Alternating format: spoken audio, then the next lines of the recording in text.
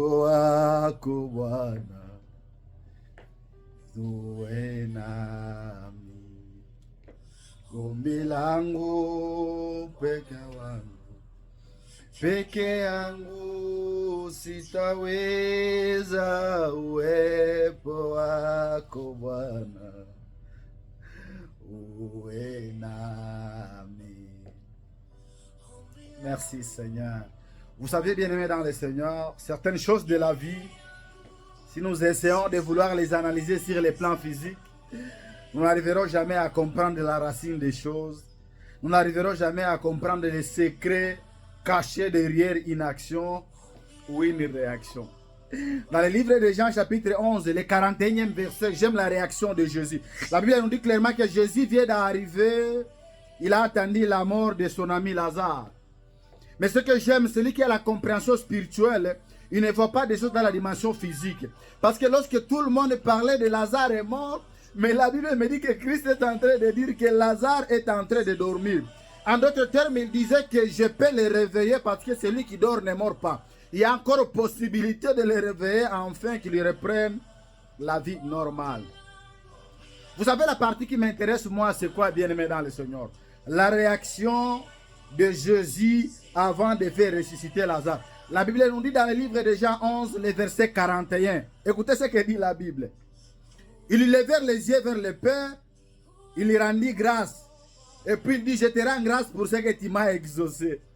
Mais j'aime la partie B qui dit, je sais que tu m'exauces toujours.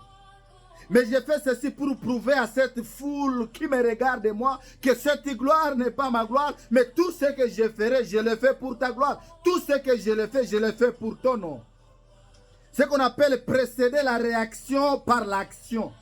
Il a fait l'action de rendre grâce au Seigneur avant que la réaction de la résurrection de Lazare puisse avoir lieu. La Bible me dit avant qu'il appelle Lazare, il a parlé avec le Père, il a glorifié le Père et il a dit, je te rends grâce parce que Lazare sera ressuscité.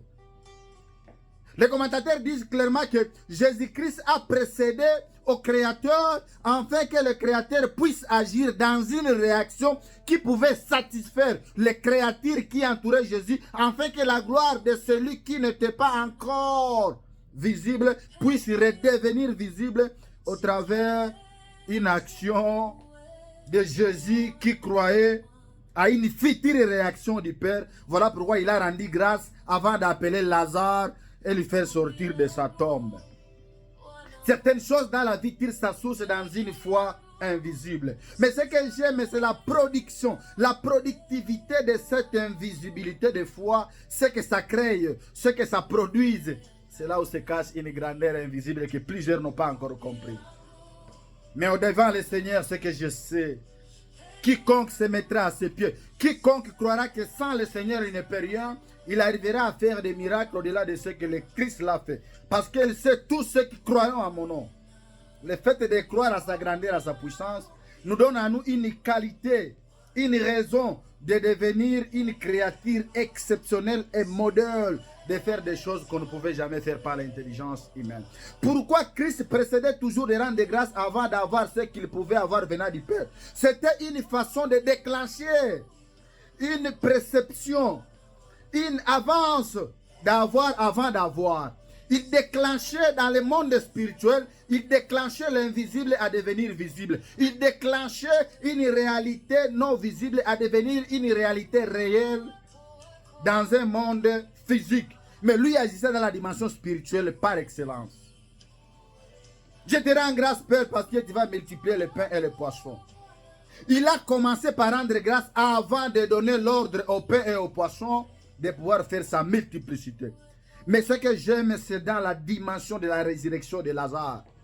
Lorsque tout le monde voit la fin de la vie de Lazare, lui est en train de voir la vie. Pourquoi? Parce que lui est vie. Et chacun donne que ce qu'il a. Écoutez, je sais que tu es capable d'agir au-delà de tes capacités humaines. Mais il y a un élément qui s'appelle Père. Mais j'aimerais te dire ce matin que la Père tire le destin. Je vous dis clairement, la Père tire le destin, bien-aimé dans le Seigneur. Apprenons à avoir la foi avant de déposer notre requête auprès du Père.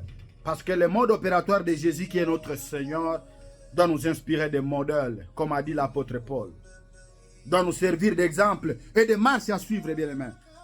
Il n'y a rien qui se fera si le Père n'est pas partie prenante de ce que nous voulons faire. Commençons d'abord par lui dire, je sais que tu vas le faire parce que tu sais qu'il est capable de le faire pour la gloire de son nom.